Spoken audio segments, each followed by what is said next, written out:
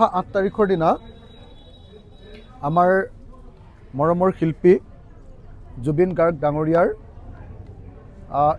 মৃত্যুৰ বা ৰহস্যজনক মৃত্যুৰ অথবা হত্যাকাণ্ডৰ মুখ্যমন্ত্ৰীয়ে কোৱা মানে হত্যাকাণ্ডৰ চাৰ্জশ্বিট দাখিল কৰিব।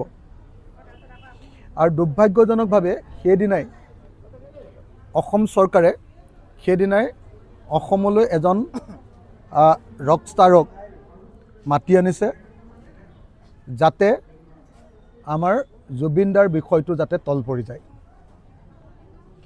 অসম চৰকাৰখনক আমি বাৰম্বাৰ দেখিছোঁ জুবিনদাক ন্যায় প্ৰদানৰ ক্ষেত্ৰত তেওঁলোকে সদায় এনেকুৱা ধৰণৰ আজল মথালি বুলি কয় অসমীয়াত, এনেকুৱা ধৰণৰ আজল মথালি চলাই আহিছে।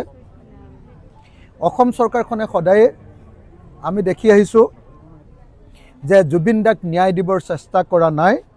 আৰু সেইকাৰণে অহা 8 তাৰিখে যিদিনা তেওঁলোকে চাৰ্জশ্বিট দিব খুজিছে সেইদিনাই চাৰ্জশ্বিটৰ বিষয়টোক যাতে অসমত আলোচনা নহয়, সেইটোক লৈ যাতে অসমত হুলস্থুল সৃষ্টি নহয়, সেইকাৰণে সেইদিনাই তেওঁলোকে ইণ্টাৰনেশ্যনেল এজন গায়কক, আন্তঃৰাষ্ট্ৰীয় পৰ্যায়ৰ এজন গায়কক মাতি আনি তেওঁলোকে আমাৰ অসমৰ শ্ৰেষ্ঠ এই সময়ৰ শ্ৰেষ্ঠ গায়কজনৰ কথাটোক অতীত কৰিব খুজিছে।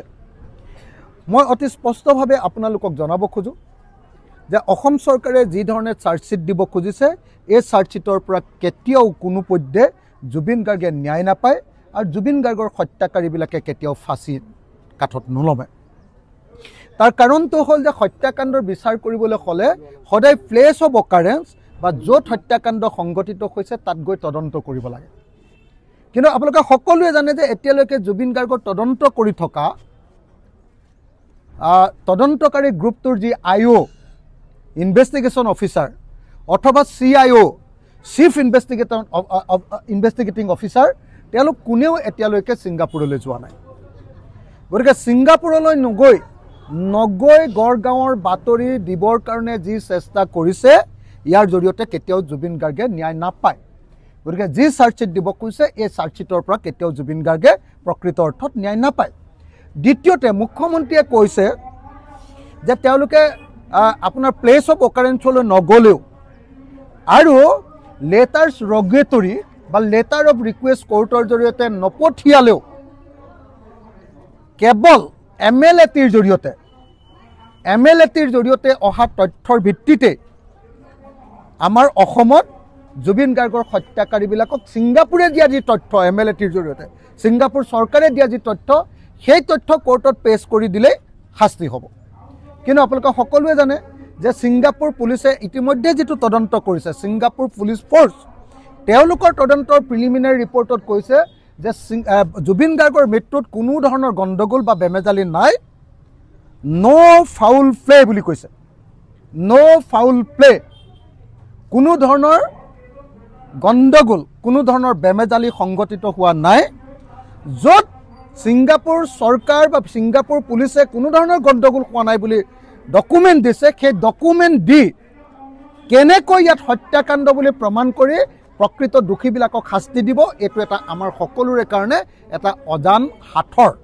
সেইকাৰণে মই দাবী উত্থাপন কৰিছোঁ যে চৰকাৰে কাইলৈ বা পৰহিলৈ যদি চাৰ্জশ্বিট দিয়েও সেই চাৰ্জশ্বিটটো যাতে ফাইনেল চাৰ্জশ্বিট নহয়, সেইটো যাতে ফাৰ্ষ্ট ফেজৰ চাৰ্জশ্বিট বুলি পৰিগণিত হয়, সেইটো যাতে কেৱল প্ৰিলিমিনাৰী চাৰ্জশ্বিট বুলি পৰিগণিত হয়, তাৰপাছত যাতে 2-3টা চাৰ্জশ্বিট দিব পাৰে আৰু 2-3টা চাৰ্জশ্বিট দিয়াৰ আগতে যাতে ছিংগাপুৰলৈ গৈ তদন্ত ঘোষণা কৰে, তদন্ত কৰে। তাৰ কাৰণে মই চৰকাৰৰ ওচৰত দাবী জনাইছোঁ। মুঠতে এই মুহূৰ্তত অসম চৰকাৰে জুবিন দাক ন্যায় দিব খোজা নাই, জুবিন দাৰ হত্যাকাৰীসকলক ধৰিব খোজা নাই, ফাঁচি দিব খোজা নাই আৰু জুবিন দাৰ মৃত্যুৰ প্ৰকৃত তদন্ত কৰিব খোজা নাই। সেইকাৰণে অসমীয়া মানুহ অসন্তুষ্ট, অসমীয়া মানুহ আপোনাৰ অস্থিৰ, অসমীয়া মানুহ অধৈৰ্য হৈছে, অসমীয়া মানুহ সম্পূৰ্ণৰূপে অশান্ত হৈ আছে।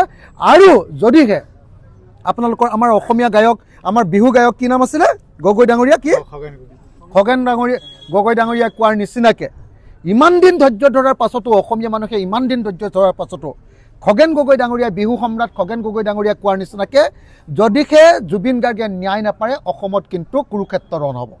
এইটো কথা আকৌ অসমৰ মুখ্যমন্ত্ৰীক মই সকীয়াই দিছোঁ। খগেন গগৈৰ বক্তব্যৰে মই সকীয়াই দিছোঁ যে অসমৰ মুখ্যমন্ত্ৰীয়ে যেন কেতিয়াও আমাক ঠগিবলৈ চেষ্টা নকৰে।